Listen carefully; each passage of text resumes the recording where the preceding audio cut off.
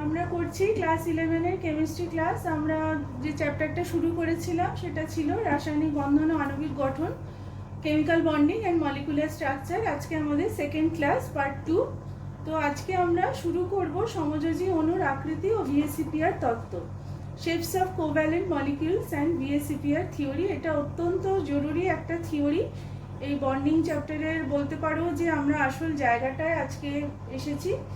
ভিএসিপিআর theory, এখান থেকে যথেষ্ট প্রশ্ন আসে এবং আগে যে ক্লাসগুলো আমি নেব সেখানেও যা যা পড়াবো সেইগুলোই সবচেয়ে ইম্পর্টেন্ট আর কি এই চ্যাপ্টারের জন্য। তোমরা দেখবে আমি তো কিছু কিছু কোয়েশ্চেনও আলোচনা করি, দেখবে যে এইচএসের মানে 11-এর অ্যানুয়ালে সব জায়গাতেই এই ধরনের এই জায়গাগুলো থেকেই কোয়েশ্চেন বেশি আসে। তো এই যে ভিএসিপিআর থিওরি, এটা সম্বন্ধে একটু বলে নিই এটা কি জিনিস।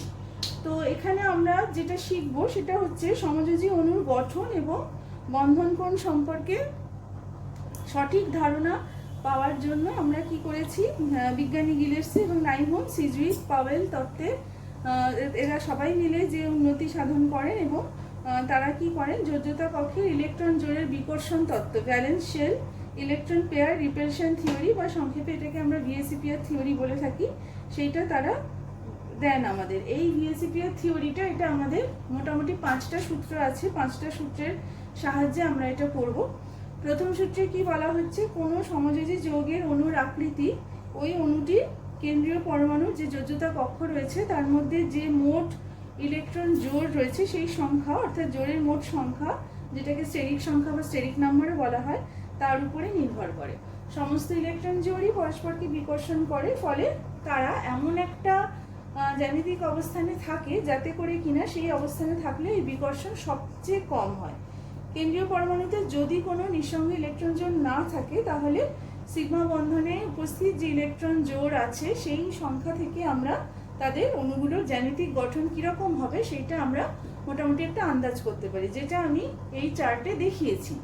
অর্থাৎ আমরা যদি যোজ্যতা কক্ষে এখানে সিগমা বন্ধন জোড়ের সংখ্যাটা প্রথমে বের করার চেষ্টা করব, সেই সংখ্যা অনুযায়ী অণুর আকৃতি এরকম হলে এখানে চার্টে যা যা দেওয়া রয়েছে তাতে করে এদের মধ্যে ইলেকট্রনগুলোর মধ্যে বিকর্ষণ সবচেয়ে কম হয়। তো দেখো যে বন্ধন জোড়ের সংখ্যা 2 হলে অণুর আকৃতি হবে রৈখিক, বন্ধন কোণ হবে তখন 180 ডিগ্রি। যদি 3 হয় ত্রিকোণীয় সমতলীয় ট্রাইগোনাল প্ল্যানার, বন্ধন কোণ হবে 120 ডিগ্রি। যদি 4 হয় চতুস্তলকীয় বা টেট্রাহেড্রাল, বন্ধন কোণ হবে 109 ডিগ্রি 28 মিনিট। যদি 5 হয় ত্রিকোণীয় দ্বিপিরামিডীয় ট্রাইগোনাল বাইপিরামিডাল, বন্ধন কোণ 90 ডিগ্রি 120 ডিগ্রি বা 180 ডিগ্রি এর মধ্যে হতে পারে, এগুলো যে কোনোটাই হতে পারে। তারপরে যদি 6 হয় অষ্টতলকীয় বা অক্টাহেড্রাল, 90 ডিগ্রি হয় বন্ধন কোণ। যদি 7 হয় পঞ্চকোণীয় দ্বিপিরামিডীয় বা পেন্টাগোনাল বাইপিরামিডাল, তখন বন্ধন কোণের মান 72 ডিগ্রি 90 ডিগ্রি এবং 180 ডিগ্রি এরকম হয়। তো এই চার্টে আমি যেটা দেখালাম, তো সেই অনুযায়ী আমরা সিগমা বন্ধন জোড়ের সংখ্যা যদি এটা পাই তখন আমরা বলতে পারবো যে ওই নির্দিষ্ট অণুর আকৃতিটা ওরকম হবে। এরপরে আমি আসছি দ্বিতীয় সূত্রে। দ্বিতীয় সূত্রে কি বলা হচ্ছে, দ্বিতীয় সূত্র একটি নিঃসঙ্গ ইলেকট্রন জোড় আর একটি বন্ধন ইলেকট্রন জোড়ের মধ্যে এই ব্যাপারটা এটা নিয়ে বলা হয়েছে এখানে। তো নিঃসঙ্গ ইলেকট্রন জোড় কি হয়, বন্ধন ইলেকট্রন জোড়ের থেকে কেন্দ্রীয় পরমাণুর বেশি কাছাকাছি থাকে, কারণ হচ্ছে নিঃসঙ্গ ইলেকট্রন জোড় একটা পরমাণু নিউক্লিয়াসের দ্বারাই আকর্ষিত হয়, কিন্তু বন্ধন ইলেকট্রন জোড় ভেবে দেখো সেটা কিন্তু দুটো পরমাণু নিউক্লিয়াস দ্বারা তারা অপেক্ষাকৃত মানে দৃঢ়ভাবে তারা আকর্ষিত হয় এবং আটকে থাকে। তো সেই কারণে বিভিন্ন ইলেকট্রন জোড়ের মধ্যে যে বিকর্ষণ বলটা কাজ করে, আমরা যদি তাদের একটা অর্ডার ভাবার চেষ্টা করি তাহলে এরকম একটা আসে। এটাই দ্বিতীয় সূত্র, যেখানে বলা হচ্ছে যে নিঃসঙ্গ ইলেকট্রন জোড় এলপি লিখেছি, লোন পেয়ার, এই যে রিপালশন সেটা সবচেয়ে বেশি, ঠিক আছে। তারপরে আসছে এলপি অর্থাৎ নিঃসঙ্গ ইলেকট্রন জোড় এবং বন্ধন ইলেকট্রন জোড়, LP lone pair bond pair, বিকর্ষণ একদম কম হচ্ছে বন্ড পেয়ার বা বন্ধন ইলেকট্রন জোড়ের বিকর্ষণ সংখ্যা। সুতরাং কেন্দ্রীয় পরমাণুর যোজ্যতা কক্ষে যদি বন্ধন ইলেকট্রন জোড়ের সঙ্গে নিঃসঙ্গ ইলেকট্রন জোড় উপস্থিত থাকে তখনই এই প্রশ্নটা আসছে, এবং আমরা বুঝতে পারছি যে তখন কি হবে, অণুর যে সুষম জ্যামিতিক আকার যা হওয়ার কথা সেটা থেকে সেটা সামান্য বিকৃতি ঘটবে। তো দুটো ইলেকট্রন জোড়ের মধ্যে যে কোণের মানটা সেটা যদি আস্তে আস্তে বেড়ে যায় তখন তাদের মধ্যে বিকর্ষণ বলটা হ্রাস পায়। এবার 90 ডিগ্রি কোণে যখন অবস্থান করে দুটো ইলেকট্রন জোড়ের মধ্যে বিকর্ষণ বলটা সবচেয়ে বেশি হয়। কিন্তু দেখো যদি কোণের মানটা বেড়ে যায় 120 ডিগ্রি বা 180 ডিগ্রি কোণে যখন অবস্থান করছে, অর্থাৎ কোণের মানটা যত বাড়ছে তত কিন্তু তাদের মধ্যে বিকর্ষণটা সবচেয়ে কম হচ্ছে। তো এবারে যদি আমরা দু একটা উদাহরণ দিই তাহলে হয়তো এটা বুঝতে তোমাদের সুবিধা হবে। কিরকম, যে মিথেন অণুতে কার্বনের যোজ্যতা কক্ষে দেখো 4টে ইলেকট্রন জোড় থাকে যেগুলো চতুস্তলকীয়ভাবে থাকার কথা থাকে, এবং এদের মধ্যে HCH বন্ধন কোণের মান হচ্ছে 109 ডিগ্রি 28 মিনিট। আচ্ছা, এবার যদি অ্যামোনিয়া অণুর কথা ভাবা যায়, অ্যামোনিয়া অণুতে একটা কিন্তু নিঃসঙ্গ ইলেকট্রন জোড় রয়েছে। তার ফলে কি হচ্ছে, নিঃসঙ্গ ইলেকট্রন জোড় এবং বন্ধন কোণের মধ্যে যে বিকর্ষণ সেটা হচ্ছে বেশি। বন্ধন ইলেকট্রন জোড় বা বন্ড পেয়ার বিকর্ষণের থেকে এই বিকর্ষণটা কিন্তু অনেক বেশি। সেই জন্য এদের মধ্যে এই বিকর্ষণের কারণে এই যে বন্ড অ্যাঙ্গেল, এই NH বন্ড অ্যাঙ্গেল, এটা কিন্তু 109 ডিগ্রি 28 মিনিট থেকে কমে যায়, সংকুচিত হয়, হ্রাস পেয়ে এটার মান হয় 107.3 ডিগ্রি।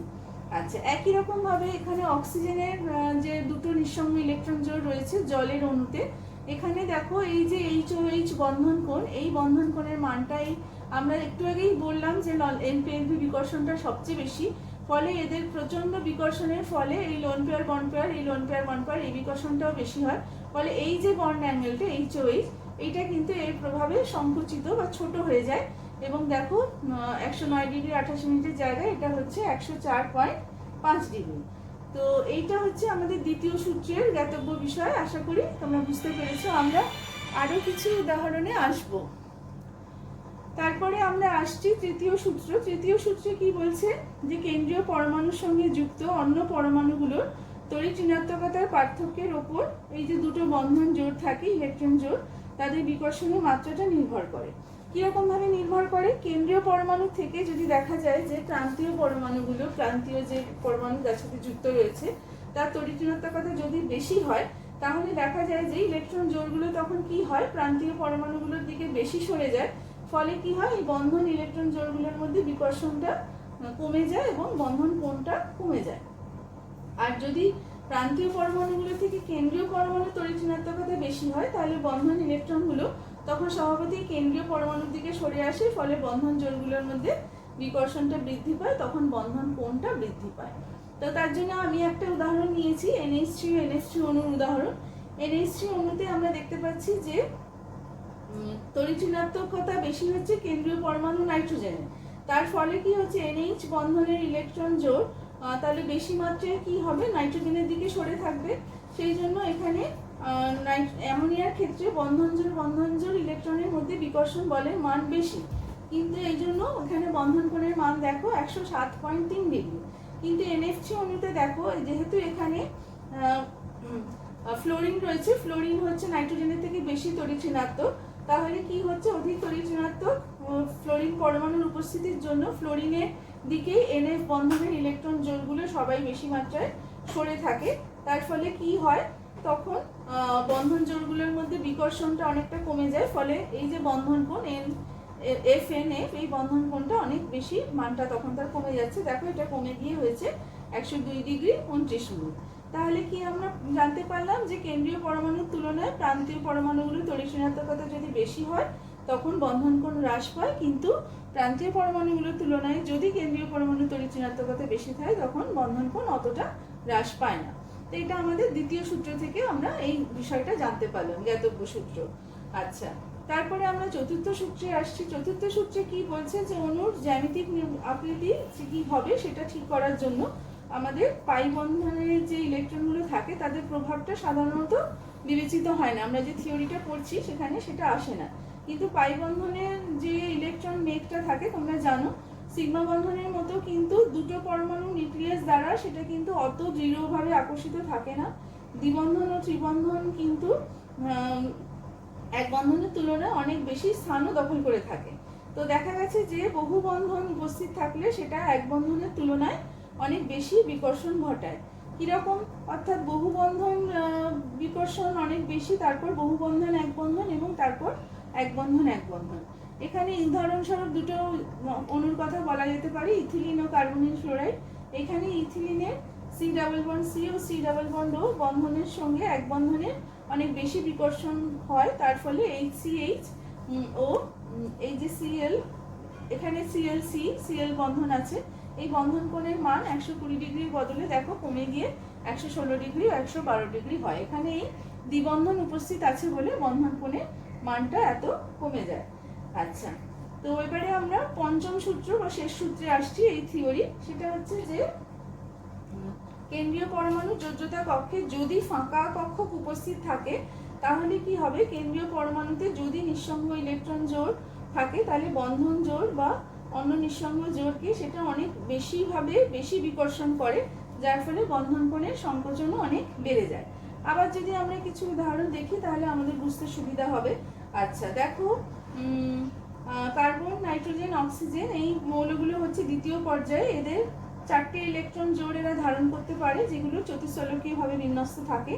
এদের ক্ষেত্রে যদি নিঃসঙ্গ ইলেকট্রন জোড় যেখানে যেখানে উপস্থিত আছে সেই বন্ধন কোণের মানটা কি করতে পারে, 109 ডিগ্রি 28 মিনিটটাকে ওটা যেটা নর্মাল মান সেটাকে কিছুটা পরিবর্তিত করে দিতে পারে। অ্যামোনিয়ার ক্ষেত্রে আমরা দেখেছি HNH বন্ধন কোণ হচ্ছে 107.3 ডিগ্রি, জলের ক্ষেত্রে HOH বন্ধন কোণ হচ্ছে 104 ডিগ্রি 27 মিনিট। আচ্ছা, কিন্তু ফসফরাস, সালফার যারা তৃতীয় পর্যায়ে অবস্থিত সেই মৌলের পরমাণুগুলোর ক্ষেত্রে তাদের যোজ্যতা কক্ষে 4 জোড়া ইলেকট্রন তো ধারণ করতে পারেই, তার বেশিও ধারণ করতে পারে। কারণটা কি বলতো, কারণ হচ্ছে তাদের কিন্তু ফাঁকা ডি উপকক্ষ উপস্থিত। এবার 4 জোড়া ইলেকট্রন যদি চতুষ্ফলকীয়ভাবে বিন্যস্ত থাকে তাহলে নিঃসঙ্গ ইলেকট্রন জোড়ের জন্য যে বিকর্ষণটা হয়, যে বন্ধন কোণ যে কমে যায়, তার ফলে কি হচ্ছে, ফসফিনের ক্ষেত্রে দেখো HPH বন্ধন কোণ আরো অনেক বেশি কমে যাচ্ছে। সেটা হচ্ছে 94 ডিগ্রি, যেটা 109 ডিগ্রি 28 মিনিট থেকে এতটা কমে গিয়ে 94 ডিগ্রি। H2S এ HH বন্ধন কোণ এত বেশি কমে যাচ্ছে, কমে গিয়ে হচ্ছে 92 ডিগ্রি। আচ্ছা, এবারে আমরা পড়বো যে ভিএসিপিআর তত্ত্ব, যেটা আমরা এক্ষুনি 5টা সূত্রের সাহায্যে পড়লাম। এবারে আমরা পড়বো যে সেই তত্ত্বের সাহায্যে আমরা কিভাবে অণু আয়নের আকৃতি নির্ধারণ করতে পারি। তো আমরা এখানে বেশ কিছু উদাহরণ নিয়েছি, যেমন কেন্দ্রীয় পরমাণুর যোজ্যতা কক্ষে প্রথমে যে উদাহরণটা নিয়েছি, যে কেন্দ্রীয় পরমাণু যোজ্যতা কক্ষে যখন দুটো সিগমা বন্ধন জোড় বর্তমান থাকছে। উদাহরণস্বরূপ নেওয়া হয়েছে কার্বন ডাইঅক্সাইড। আচ্ছা, একটুখানি বলে দিই, কার্বন ডাইঅক্সাইডের কেন্দ্রীয় পরমাণুকে নিশ্চয়ই কার্বন। আচ্ছা, কার্বনে কি হচ্ছে, যোজ্যতা কক্ষে ইলেকট্রন সংখ্যা কিভাবে আমরা হিসেব করব, দেখো কার্বন পরমাণু নিজের 4টে যোজক ইলেকট্রন আছে আমরা জানি। অক্সিজেন যে যুক্ত আছে, দ্বিবন্ধন দ্বারা যুক্ত দুটো অক্সিজেন পরমাণু আছে, তার 4টে ইলেকট্রন, তাহলে মোট হলো 8টা ইলেকট্রন। 8টা ইলেকট্রন থেকে কার্বন পরমাণু যোজ্যতা কক্ষে কি হবে, 4টে ইলেকট্রন জোড় হবে। তার মধ্যে দুটো হচ্ছে সিগমা বন্ড পেয়ার, সিগমা বন্ধন দিয়ে যুক্ত আছে, আর দুটো হচ্ছে পাই বন্ধন, দুটো পাই বন্ড পেয়ার আছে। এবার তাহলে দেখো, পাই বন্ধনের তো অণুর আকৃতি নির্ধারণে কোনো ভূমিকা নেই, তাহলে আমরা একটু আগে যে চার্টটা তোমাদের দেখালাম সেখানে লেখা ছিল যে দুটো সিগমা বন্ধন জোড় যদি উপস্থিত থাকে কোনো অণুতে তাহলে তারা সরলরৈখিক আকৃতির হবে, কারণ এই অবস্থান করলে তাদের মধ্যে ইলেকট্রন জোড়গুলোর মধ্যে বিকর্ষণ সবচেয়ে কম হবে। সুতরাং আমরা বলতে পারি যে কার্বন ডাইঅক্সাইডের আকৃতি কিরকম হবে, সরলরৈখিক। অর্থাৎ এখানে আমরা ভিএসিপিআর থিওরি অ্যাপ্লাই করে অণুটার আকৃতিটা নির্ণয় করলাম। এখানে আমাদের মূল কাজটা হচ্ছে তাদের আকৃতিটা নির্ণয় করা। কতগুলো সমযোজী বন্ধন ইত্যাদি আছে সেটা কিন্তু এখানে আমরা দেখছি না, এটা আমাদের জানতে হবে, কিন্তু আকৃতিটা কিরকম সেটা আমরা ভিএসিপিআর থিওরির দ্বারা বার করছি। তারপরে ধরো অ্যাসিটিলিনের গঠনটা কিরকম সেটা অবশ্য তোমার জানতে হবে, HC∠CH, এটা তোমার লিখতে হবে প্রথমে। তারপরে এই কার্বন পরমাণু, কেন্দ্রীয় পরমাণু চারপাশে কটা করে ইলেকট্রন আছে এবং তার মানে কটা ইলেকট্রন জোড় হচ্ছে, তার মধ্যে সিগমা বন্ধন, পাই বন্ধন কটা কি আছে সেইগুলো একটুখানি তোমার হিসেব করে নিতে হবে, তবে তুমি গিয়ে বলতে পারবে যে অণুটার আকৃতি কেমন হবে। তো দেখো, এখানে কার্বন পরমাণু, আমি প্রত্যেকটা দুটো কার্বন পরমাণু আছে, যে কোনো একটা কথা বলছি। কার্বন পরমাণুর পাশে কি আছে, নিজের 4টে যোজ্যতা ইলেকট্রন আছে, ত্রিবন্ধন দিয়ে অন্য যে কার্বন পরমাণুর সঙ্গে যুক্ত আছে তার 3টে ইলেকট্রন আছে, হাইড্রোজেন পরমাণুর সঙ্গেও সে যুক্ত আছে, তার একটা ইলেকট্রন আছে, তাহলে টোটাল কটা হলো, তাহলে 8টা ইলেকট্রন হলো। 8টা ইলেকট্রন মানে হচ্ছে 4টে ইলেকট্রন জোড়, তার মধ্যে দুটো সিগমা বন্ধন আছে আর দুটো হচ্ছে পাই বন্ধন। দুটো পাই এখানে, আর এখানে একটা সিগমা আর হাইড্রোজেনের সঙ্গে আরেকটা সিগমা। তো পাই বন্ধনের তো কোনো ভূমিকা নেই, সেই জন্য আমরা দুটো সিগমা বন্ধনের উপস্থিতি এটাই ধরে নেব। তার মানে এর জ্যামিতিক আকৃতি হবে সরলরৈখিক। এই আকৃতি হলে তবে এর ইলেকট্রন জোড়গুলোর মধ্যে বিকর্ষণ সর্বনিম্ন বা মিনিমাম হবে। আচ্ছা, সেন্ট্রাল যে অ্যাটম, কেন্দ্রীয় পরমাণু, ব্যালেন্স শেলে যদি 3টে ইলেকট্রন জোড় থাকে, সেরকম উদাহরণ দুটো আমরা আলোচনা করছি। প্রথমে হচ্ছে বোরন ট্রাইফ্লোরাইড। বোরন ট্রাইফ্লোরাইডের ক্ষেত্রে কেন্দ্রীয় বোরন পরমাণু, তার যোজ্যতা কক্ষে কটা ইলেকট্রন আছে একটু হিসেব করি। বোরন পরমাণুর আমরা জানি 3টে আছে, আর এক বন্ধন দ্বারা ফ্লোরিনের সাথে যুক্ত, সেইখান থেকে 3টে আসছে, তার মানে মোট 6টা ইলেকট্রন। 6টা ইলেকট্রন মানে 3টে ইলেকট্রন জোড়, 3টে সিগমা বন্ধন জোড়। আমরা যে চার্টটা দেখিয়েছিলাম একটু আগে, সেখানে বলা হয়েছিল যে 3টে যদি সিগমা বন্ধন জোড় হয় তাহলে কি হবে, বোরন পরমাণুটা একটা সমবাহু ত্রিভুজের কেন্দ্রবিন্দুতে অবস্থান করবে এবং ফ্লোরিন পরমাণুগুলো এই ত্রিভুজের 3টে কৌণিক বিন্দুতে থাকবে। তার ফলে কি হবে, সর্বোচ্চ কৌণিক দূরত্ব 120 ডিগ্রিতে অবস্থান করবে, ফলে তাদের পরস্পরের মধ্যে বিকর্ষণ সবচেয়ে কম হবে। ফলে কি হচ্ছে, বোরন ট্রাইফ্লোরাইড অণুর জ্যামিতিক আকৃতি কিরকম হবে, সমবাহু ত্রিভুজের মতো, অর্থাৎ ত্রিকোণীয়, সমতলীয় বা ট্রাইগোনাল প্ল্যানার। আচ্ছা, একই রকম ভাবে আমরা নাইট্রেট অ্যানায়ন NO3- তার যে গঠনটা, আকৃতিটা কিরকম হবে সেটা আমরা একটু আলোচনা করছি। এখানে দেখো, এখানে এটা আঁকা হয়েছে। তাহলে নাইট্রোজেন পরমাণু যোজ্যতা কক্ষে কটা ইলেকট্রন আছে, 5টা। অক্সিজেনের 2টা দ্বিবন্ধন দিয়ে যুক্ত, সেখান থেকে আসছে 2টো ইলেকট্রন। আচ্ছা, আরেকটা এক বন্ধন দ্বারা যুক্ত একটা অক্সিজেন পরমাণুর একটা ইলেকট্রন আছে, আর অসমযোজী বন্ধন আছে একটা, সেটা অক্সিজেন পরমাণুর এখানে ইলেকট্রন সংখ্যা, এখানে অক্সিজেনের কিছু নেই, কারণ অক্সিজেন হচ্ছে এখানে অ্যাকসেপ্টার, গ্রহীতা। নাইট্রোজেন পরমাণু এখানে দাতা বা ইলেকট্রন জোড়টা ওকে দান করছে। ফলে এই সবকটা যদি আমরা যোগ করি তাহলে আমরা কটা পাচ্ছি, 8টা ইলেকট্রন বা 4টে ইলেকট্রন জোড় আমরা বলতে পারি। তার মধ্যে 3টেই হচ্ছে সিগমা বন্ধন জোড় আর একটা হচ্ছে পাই বন্ধন জোড়। তো পাই বন্ধনের যেহেতু কোনো ভূমিকা নেই ইলেকট্রনের অণুর আকৃতি নির্ধারণের, ফলে এই অণুর আকৃতিটাও একটা সমবাহু ত্রিভুজের মতো দেখতে হবে, যেখানে তার কেন্দ্রবিন্দুতে নাইট্রোজেন থাকবে। অর্থাৎ আমরা বলতে পারি এর আকৃতি হচ্ছে ত্রিকোণীয়, সমতলীয় বা ট্রাইগোনাল প্ল্যানার। তো তারপরে আমরা আসছি কেন্দ্রীয় পরমাণু যোজ্যতা কক্ষে যখন 4টি ইলেকট্রন বর্তমান, এরকম একটা উদাহরণ আমরা নিয়েছি। তাই সেটা হচ্ছে অ্যামোনিয়াম আয়ন NH4+। এখানে যদি আমরা হিসেব করে দেখি, নাইট্রোজেন পরমাণুর 5টা যোজ্যতা ইলেকট্রন আছে, আর তার মধ্যে 3টে হাইড্রোজেন পরমাণুর সাথে সে সমযোজী বন্ধন দ্বারা যুক্ত, তাহলে 3টে ইলেকট্রন, 8টা হলো। আরেকটা হাইড্রোজেন পরমাণু আছে যেখানে সেটা হাইড্রোজেন আয়ন, যার সাথে সে অসমযোজী বন্ধন দ্বারা যুক্ত, ফলে হাইড্রোজেনের এখানে কোনো ইলেকট্রনের শেয়ার নেই, কারণ হাইড্রোজেন এখানে হচ্ছে অ্যাকসেপ্টার বা গ্রহীতা। তাহলে এই টোটাল 8টা ইলেকট্রনকে আমরা 4টে সিগমা বন্ধন জোড় হিসেবে ভাবতে পারি। এবং আমরা যে চার্টটা দেখেছিলাম সেখানে আমরা দেখেছি যে যদি 4টি সিগমা বন্ধন জোড় উপস্থিত থাকে তাহলে কি হবে, সেই অণুর আকৃতি হবে চতুস্থলকীয় বা টেট্রাহেড্রাল। সেই জন্য অ্যামোনিয়াম অণুর আকৃতি আমরা বলতে পারি যে সুষম চতুস্থলকীয় হবে তার আকৃতিটা। আমরা যদি H2S এর গঠনটা আলোচনা করি, এখানে আমরা দেখতে পাচ্ছি সালফার পরমাণু সর্বহিষ্ঠ কক্ষে 6টা যোজ্যতা ইলেকট্রন, 2টো হাইড্রোজেন পরমাণু থেকে 2টো ইলেকট্রন পেয়েছে। তাহলে কি হচ্ছে, টোটাল হচ্ছে 8টা ইলেকট্রন। 8টা ইলেকট্রন মানে 4টে ইলেকট্রন জোড় রয়েছে, 2টো সিগমা বন্ধন জোড় রয়েছে, 2টো নিঃসঙ্গ ইলেকট্রন জোড় রয়েছে। তো এখানে এই 4টে ইলেকট্রন জোড় তাহলে কি হবে, একটা চতুস্থলকের আকার হবে। 4টি শীর্ষবিন্দুর অভিমুখে এই 4টে অবস্থান করবে, 4টি ইলেকট্রন জোড়, এবং তাদের মধ্যে বিকর্ষণটা সর্বনিম্ন হবে এই অবস্থানে। আচ্ছা, কিন্তু কি হয়, বন্ড পেয়ার এখানে বিকর্ষণের থেকেও, যেহেতু 2টো লোন পেয়ার আছে, লোন পেয়ার বিকর্ষণ বল বা রিপালশনটা সবচেয়ে বেশি বলে এই চতুস্থলকটা একদম সুষম চতুস্থলক বা একদম ইউনিফর্ম টেট্রাহেড্রাল হয় না, একটুখানি ডিস্টর্টেড হয়, একটুখানি ভি শেপড হয়।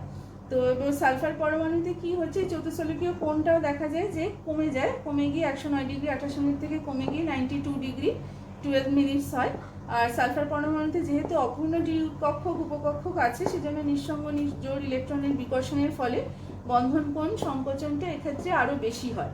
তার ফলে কি হচ্ছে, H2S অণুটা দেখা যায় যে ভি আকৃতি সম্পন্ন হয় বা কৌণিকও বলা যেতে পারে। এটাকে আমরা আমাদের প্রথম যে সূত্র পড়েছিলাম VSEPR, সেই অনুযায়ী সুষম চতুস্থলক এটা হওয়া সম্ভব নয়। তো তার ফলে আমরা তারপরে পড়ছি যে আচ্ছা, তাহলে আমরা এবারে পড়ছি যে কেন্দ্রীয় পরমাণু যোজ্যতা কক্ষে যখন 5টা ইলেকট্রন জোড় থাকবে তখন কিরকম হচ্ছে। তো দেখো, এরকম আমি এবার যে উদাহরণটা এখানে নিয়েছি ফসফরাস পেন্টাক্লোরাইডের। তো দেখো, এখানে ফসফরাস পেন্টাক্লোরাইডের কেন্দ্রীয় পরমাণু হচ্ছে ফসফরাস, যার যোজ্যতা কক্ষে 5টা নিজের যোজ্যতা ইলেকট্রন রয়েছে, আর 5টা ক্লোরিন পরমাণু থেকে পেয়েছে। তাহলে টোটাল হচ্ছে 10টা ইলেকট্রন, তার মানে 5টা সিগমা বন্ধন জোড়। তো আমরা জানি যে আমরা একটু আগে চার্টটা দেখেছিলাম যে 5টা সিগমা বন্ধন জোড় থাকলে ত্রিকোণীয় দ্বিপিরামিড বা ট্রাইগোনাল বাইপিরামিডের আকৃতি হলে তবেই এরা সবচেয়ে স্টেবল ভাবে থাকতে পারে। আচ্ছা, তাহলে এর মধ্যে 5টা ক্লোরিন পরমাণুর মধ্যে 5টা শীর্ষবিন্দুতে অবস্থান করে একটা ট্রাইগোনাল বাইপিরামিডাল স্ট্রাকচারে, এবং এইভাবে থাকার ফলে তাদের মধ্যে বিকর্ষণটা সর্বনিম্ন বা মিনিমাম হয়। সেজন্য আমরা বলতে পারি যে এই অণুর আকৃতিটা হবে ত্রিকোণীয় দ্বিপিরামিডীয় বা ট্রাইগোনাল বাইপিরামিডাল। আচ্ছা, তারপরে যে উদাহরণটা আমরা নিচ্ছি ICl2-। ICl2- আয়নে কেন্দ্রীয় পরমাণু হচ্ছে আয়োডিন, যার যোজ্যতা কক্ষে রয়েছে 7টা যোজ্যতা ইলেকট্রন, আর 2টো ক্লোরিন পরমাণু রয়েছে, তার 2টো ইলেকট্রন 9টা, আর একটা নেগেটিভ চার্জের জন্য একটা ইলেকট্রন রয়েছে, সেটা তাহলে হচ্ছে 10টা। তো 10টা ইলেকট্রন মানে হচ্ছে 5টা ইলেকট্রন জোড়, যার মধ্যে 2টো হচ্ছে সিগমা বন্ধন জোড়, 3টে হচ্ছে নিঃসঙ্গ ইলেকট্রন জোড়। তো 3 ক্লোরিন পরমাণুটা এখানে যে আকারটা পায় সেটা হচ্ছে ত্রিকোণীয়, এখানে হওয়া উচিত কিরকম, ত্রিকোণীয় দ্বিপিরামিড, তাহলে তার কেন্দ্রে থাকবে আয়োডিন। আচ্ছা, এবারে এই যে 3টে নিঃসঙ্গ ইলেকট্রন জোড় থাকে, এরা 3টে নিরক্ষীয় বা ইকুয়েটোরিয়াল শীর্ষবিন্দু দখল করে, আর 2টো বন্ধন জোড় 2টো অক্ষীয় বা অ্যাক্সিয়াল শীর্ষবিন্দুর অভিমুখে অবস্থান করে। এই রূপ আকৃতি হওয়ার কারণ হচ্ছে এইখানে এইভাবে থাকলে অণুটি সবচেয়ে বেশি স্থিতিশীল হয়। নিরক্ষীয় অবস্থানে 3টে নিঃসঙ্গ জোড় উপস্থিত থাকে, সেই জন্য Cl-ICl বন্ধনের কোণে বিকৃতি ঘটে না, অণুটার আকৃতি হয় রৈখিক বা লিনিয়ার। তো এরকম আকৃতি আরও দেখতে পাওয়া যায় I3- জেনন ফ্লোরাইড, সেইগুলোতে এরকম দেখতে পাওয়া যায়। তো পরের যে উদাহরণটা আমি নিচ্ছি সেটা হচ্ছে কেন্দ্রীয় পরমাণুর যোজ্যতা কক্ষে যখন 6টা ইলেকট্রন জোড় বর্তমান আছে, যেমন হচ্ছে সালফার হেক্সাফ্লোরাইড। সালফার হেক্সাফ্লোরাইডের কেন্দ্রীয় পরমাণু হচ্ছে সালফার, যার চারপাশে সালফার পরমাণু নিজস্ব 6টা ইলেকট্রন আর 6টা ফ্লোরিন থেকে 6টা ইলেকট্রন আসে, ফলে 12টা ইলেকট্রন জোড় আছে। তো এই যে 12টা ইলেকট্রন জোড় মানে হচ্ছে 6টি সিগমা বন্ধন জোড়, এবং আমরা দেখেছি আমাদের যে চার্টটা ছিল সেখানে আমরা দেখেছি যে 6টা যদি সিগমা বন্ধন জোড় থাকে তাহলে তাদের অষ্টতলকীয় বা অক্টাহেড্রাল স্ট্রাকচারে তাদের মধ্যে ইলেকট্রন জোড়গুলোর মধ্যে বিকর্ষণ সর্বনিম্ন হবে, ফলে বলা যায় যে সালফার হেক্সাফ্লোরাইডের আকৃতি হবে অষ্টতলকীয় বা অক্টাহেড্রাল। তো আরেকটা উদাহরণ নিয়েছি জেনন টেট্রাফ্লোরাইড। তো এখানে জেনন টেট্রাফ্লোরাইডের ক্ষেত্রে আমরা যদি ভাবি তাহলে জেনন অণুর পরমাণুর কি হচ্ছে 8টা যোজ্যতা ইলেকট্রন, 4টে ফ্লোরিন থেকে 4টে ইলেকট্রন আসছে, তাহলে 12টে ইলেকট্রন বা 6টা ইলেকট্রন জোড় হচ্ছে, তার মধ্যে 4টে হচ্ছে সিগমা বন্ধন জোড় আর 2টো হচ্ছে নিঃসঙ্গ ইলেকট্রন জোড়। তো সুতরাং আমরা বুঝতে পারি যে এটারও গঠনটা আকৃতিটা অষ্টতলকীয় বা অক্টাহেড্রাল হবে। তো নিঃসঙ্গ ইলেকট্রন জোড়গুলো পরস্পরের সাথে 180 ডিগ্রি কোণে অবস্থান করে, কারণ এরকম গঠনাকৃতিতে অণুটি সবচেয়ে বেশি স্টেবল হবে। নিঃসঙ্গ ইলেকট্রন জোড়ের উপস্থিতির জন্য এখানে অণুটির আকৃতি হয়ে যায় বর্গ সমতলীয় বা স্কোয়ার প্ল্যানার। তো এইরকমভাবে আমরা নিঃসঙ্গ ইলেকট্রন জোড় বা বন্ধন জোড় কটা কি উপস্থিত আছে সেই সংখ্যা এই অনুযায়ী আমি তোমাদের কয়েকটা করে দেখালাম। তো তোমাদের বইতে তোমরা এরকম একটা চার্ট পাবে যেখানে এই পুরো জিনিসটা একটা সুন্দর করে গুছিয়ে লেখা রয়েছে। সেই চার্টটা যদি তোমরা ভালো করে স্টাডি করো তাহলে তোমরা আজকে এই যে ভিএসিপিআর থিওরি অ্যাপ্লাই করে কিভাবে আমরা একটা অণু বা আয়নের আকৃতি নির্ণয় করছি সেইটা তোমাদের বুঝতে সুবিধা হবে। এবং সেখানে বইতে সুন্দর করে আরও অনেক ছবি দেওয়া আছে, আমি সামান্য একটা পার্ট তুলে এনে তোমাদের দেখালাম। তো এখানে বইয়ের চার্টটা ফলো করা খুব জরুরি, সেই চার্ট অনুযায়ী পড়াটা তৈরি করা জরুরি, তাহলে তোমাদের বুঝতে ব্যাপারটা সুবিধা হবে। তো এরপরে আমি যে পোর্শনটায় যাব, অত্যন্ত গুরুত্বপূর্ণ পোর্শন, সমযোজ্যতার আধুনিক ধারণা বা যোজ্যতা বন্ধন তত্ত্ব, modern concept of covalency, valence bond theory. এবার আমরা শুরু করব। তো আমরা এবার শুরু করছি ভ্যালেন্স বন্ড থিওরি। তো এই যে আধুনিক ধারণা সমযোজ্যতার, এই ধারণায় কি বলেছে আমি একটু বলে দিই তোমাদের। যে এখানে বলা হয়েছে যে দুটি পারমাণবিক কক্ষক অরবিটালের অভিলেপন বা ওভারল্যাপিং এর ফলে সমযোজী বন্ধন গঠিত হয়। তো তো বিপরীত ঘূর্ণনে থাকা দুটো ইলেকট্রন যখন দুটো বিপরীত চৌম্বক ক্ষেত্র সৃষ্টি করে, একটা ম্যাগনেটিক ফিল্ড তৈরি করে, এই ম্যাগনেটিক ফিল্ডটা বিপরীত হওয়ার কারণে এরা পরস্পরকে আকর্ষণ করে, ফলে ইলেকট্রন দুটোর মধ্যে একটা আকর্ষণ বল সৃষ্টি হয় এবং পরমাণুগুলো নিজেদেরকে একটা নিজের নিজের যে স্থানে থাকে সেখানে তাদের আটকে রাখার একটা প্রবণতা দেখা যায়। তো এই অর্ধপূর্ণ পারমাণবিক কক্ষকের অভিলপনের ফলে যে শক্তিটা মুক্ত হয় তা সেখান থেকেই যে বন্ধনটা তৈরি হলো, এইভাবে যে বন্ধনটা তৈরি হলো সেটা স্থায়িত্ব বা স্টেবিলিটিটা পায়। এই যে কক্ষক অভিলেপন বা ওভারল্যাপিং এর যে থিওরিটা আমরা পড়ছি, এই যে ক্ষেত্রটা যত বেশি বিস্তৃত হয় উৎপন্ন সমযোজী বন্ধনের দৃঢ়তা স্থায়িত্ব সেগুলো অনেক বেশি হয়। তো এই অভিলেপনে যে পারমাণবিক কক্ষকগুলো অংশগ্রহণ করে সেই যে অভিমুখে করে সেই অভিমুখেই সৃষ্ট সমযোজী বন্ধনের অভিমুখটাকে নির্দেশ করে। তো মৌলের যদি পরমাণু যোজ্যতা কক্ষে যতগুলো বিজোড় ইলেকট্রন থাকে তারা ভূমিস্তর বা উদ্দীপ্ত অবস্থায় মৌলটির যোজ্যতা ঠিক সেটাই হয়। তো সমযোজী বন্ধন গঠিত হওয়ার আগে সমযোজী বন্ধন সৃষ্টিতে যে অংশগ্রহণ করছে যে প্রত্যেকটা অযুগ্ম ইলেকট্রন সংশ্লিষ্ট পরমাণু নিজস্ব দখলে থাকে, কিন্তু সমযোজী বন্ধনটা তৈরি হয়ে যাওয়ার পরে ওই যে বন্ধন জোট তৈরি হলো তখন তো আর একটা ইলেকট্রন না, তখনও সংযোজী পরমাণু দুটোর কিন্তু নিজ নিজ অধিকার মোটামুটি বজায় থাকে আমরা বলতে পারি। সমযোজী বন্ধনে অংশগ্রহণকারী ইলেকট্রন কক্ষকগুলি ছাড়া সংশ্লিষ্ট পরমাণু যে অন্য ইলেকট্রন কক্ষকগুলো তারা কিন্তু তাদের স্বকীয়তা বা তাদের আইডেন্টিটিটা বজায় রাখতে সক্ষম হয়, সেগুলো যে অন্য কিছু হয়ে যায় এরকম না। তাহলে এখানে মূল যে ভূমিকাটা গ্রহণ করছে তা সেটা হচ্ছে পারমাণবিক কক্ষক বা অরবিটাল যাদের ওভারল্যাপিং অভিলেপনের ফলে মূলত বন্ডিংটা হচ্ছে, সমযোজী বন্ধন তৈরি হচ্ছে, যেটা ভ্যালেন্স বন্ড থিওরিতে বলা হচ্ছে। এটা অনেক বেশি মডার্ন কনসেপ্ট। তো পারমাণবিক কক্ষক বা অরবিটালের ওভারল্যাপিং অভিলেপনের মাধ্যমে সমযোজী বন্ধন সৃষ্টি হয়, এটা এই থিওরির হচ্ছে মূল বক্তব্য। এসো এবার আমরা দেখে নিই যে এই যে কক্ষকের ওভারল্যাপিং এই জিনিসটা ঠিক কি। তো আমি এখানে অনেকগুলো এক্সাম্পল নিয়েছি। প্রথমে আমি যেটা দেখাতে চাইছি সেটা হচ্ছে দুটি বিশুদ্ধ পারমাণবিক কক্ষক, অর্থাৎ যখন সংকরায়ন বা হাইব্রিডেশন কিছু হয়নি, অক্ষ বরাবর অ্যালং দ্য অ্যাক্সিস যখন ওভারল্যাপিংটা হচ্ছে। দুটো এস কক্ষক নিয়েছি আমি, দুটো হাইড্রোজেন পরমাণু 1s কক্ষক নিয়েছি, যেগুলোর আকৃতি তোমরা এর আগে পরমাণুর গঠন চ্যাপ্টারে পড়ে এসছো, দেখে এসছো। তো সেই দুটো 1s অরবিটালের ওভারল্যাপিং এর ফলে দেখো একটা সিগমা বন্ধন তৈরি হচ্ছে। সিগমা বন্ধন সবসময় হেড অন কলিশনের ফলে হয়, অ্যালং দ্য অ্যাক্সিস যখন থাকে অরবিটালগুলোর বিস্তৃত থাকে তখন এটা সম্ভব হয় এস অভিলেপন।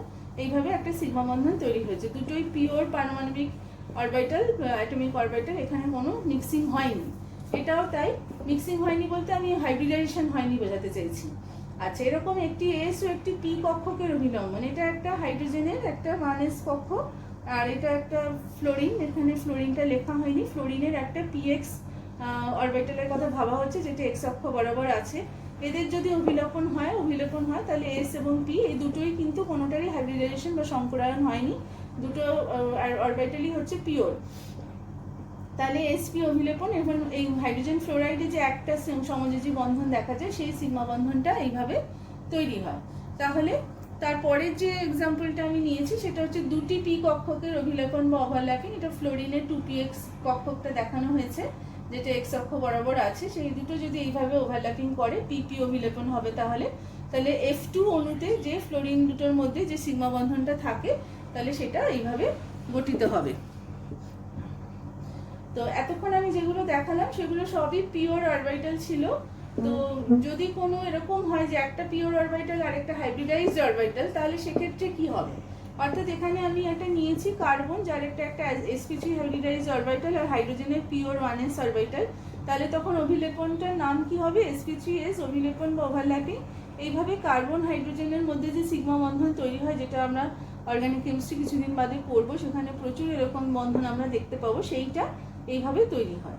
আচ্ছা, তারপরে দেখো কার্বনের sp3, দুটো কার্বন যাদের sp3 হাইব্রিডাইজড অরবিটাল আছে, তাহলে তারা যদি এরকম ভাবে মুখোমুখি ওভারল্যাপিং করে তাহলে কি হবে? সেটা সিগমা বন্ধনই তৈরি হবে। আমি বারবার বলছি sigma Bandhan along the Axis যদি ওভারল্যাপিং হয় তাহলেই হওয়া সম্ভব, অন্য কোনোভাবে সিগমা বন্ধন তৈরি হওয়া সম্ভব না।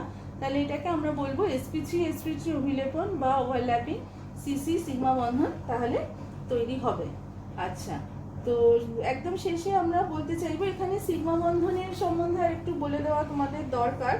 যে সিগমা বন্ধন কিন্তু দুটো পরমাণুর মধ্যে একাধিক সিগমা বন্ধন গঠন সম্ভব নয়, কারণ বন্ধন অক্ষ বরাবর একবারই মুখোমুখি বা হেড অন যে ওভারল্যাপিং সেটা সম্ভব।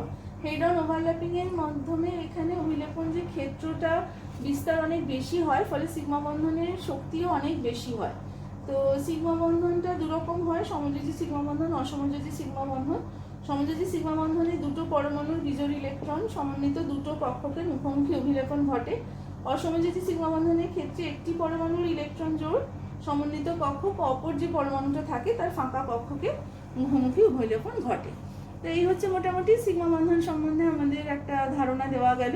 তারপরে আমি আসছি পাই বন্ধন। পাই বন্ধনে হচ্ছে তোমার দুটো পরমাণু যখন প্যারালাল থাকে, সমান্তরাল অক্ষ বিশিষ্ট যখন থাকে, দুটি পি কক্ষকে পাশাপাশি অভিলেপন, সাইডওয়েজ ওভারল্যাপিং এটাকে বলে থাকি আমরা, যে সমযোজী বন্ধন গঠিত হয় তাকে পাই বন্ধন বলে। তো এখানে আমি দুটো কার্বন পরমাণুর ক্ষেত্রে দেখিয়েছি যে তাদের যে 2pz অরবিটালটা এখানে আমি দেখিয়েছি যে 2pz অরবিটাল যদি দুটো পাশাপাশি আসে তাহলে তাদের সাইডওয়েজ ওভারল্যাপিং হবে, এবং এইভাবে যে কার্বন কার্বন পাই বন্ধনটা তৈরি হবে পিপি অভিলেপন জেড অরবিটালের ক্ষেত্রে এটা ভাবা হয়েছে। তো এইভাবে পাই বন্ধন তৈরি হবে, এবং একটা যদি দুটো পরমাণুর মধ্যে যদি দ্বিবন্ধন উপস্থিত থাকে তাহলে আমরা বুঝতে পারি যে একটা সিগমা বন্ধন এবং অন্যটা সবসময়ই পাই বন্ধন হতে হবে।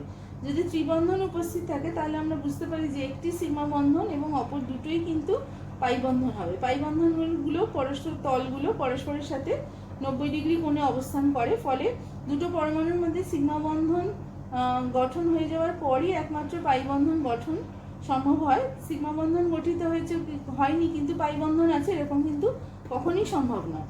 বা আবার দুটো পরমাণুর মধ্যে তিনটে পাই বন্ধনও তৈরি হওয়া সম্ভব না, কারণ তোমরা নিশ্চয়ই বুঝতে পারছো যে আমরা যদি 3 ডাইমেনশনাল স্পেসে ভাবি, আমাদের যে কার্টেসিয়ান অ্যাক্সিস আছে XYZ, এর বেশি তো হওয়া সম্ভব না, ফলে দুটোর বেশি কিন্তু পাই বন্ধন হওয়া সম্ভব না, কারণ ওইগুলো পরস্পরের সাথে 90 ডিগ্রি অ্যাঙ্গেলে থাকবে। তো এই হচ্ছে আমাদের ভ্যালেন্স বন্ড থিওরির যে মূল বক্তব্য, সেটা আমরা আজকে পড়লাম। VSEPR থিওরিটাও আজকে আমরা পড়লাম। তো আশা করি তোমরা সবাই বুঝতে পেরেছো। তোমাদের টেক্সট বই সবাইকেই খুব ভালোভাবে পড়তে হবে, তা না হলে তোমরা এই পরের যে ক্লাসটা হবে সেখানে তোমরা বুঝতে পারবে না বা বুঝতে তোমাদের অসুবিধা হবে। সেজন্য আমি সবাইকে বলবো যার কাছে যা টেক্সট বই আছে সেগুলো এই চ্যাপ্টারটার ভালোভাবে এই অবধি পড়ে নিতে, যাতে আমরা নেক্সট ক্লাসে তোমাদের ভালো করে আবার বোঝাতে পারি। সবাইকে অনেক ধন্যবাদ।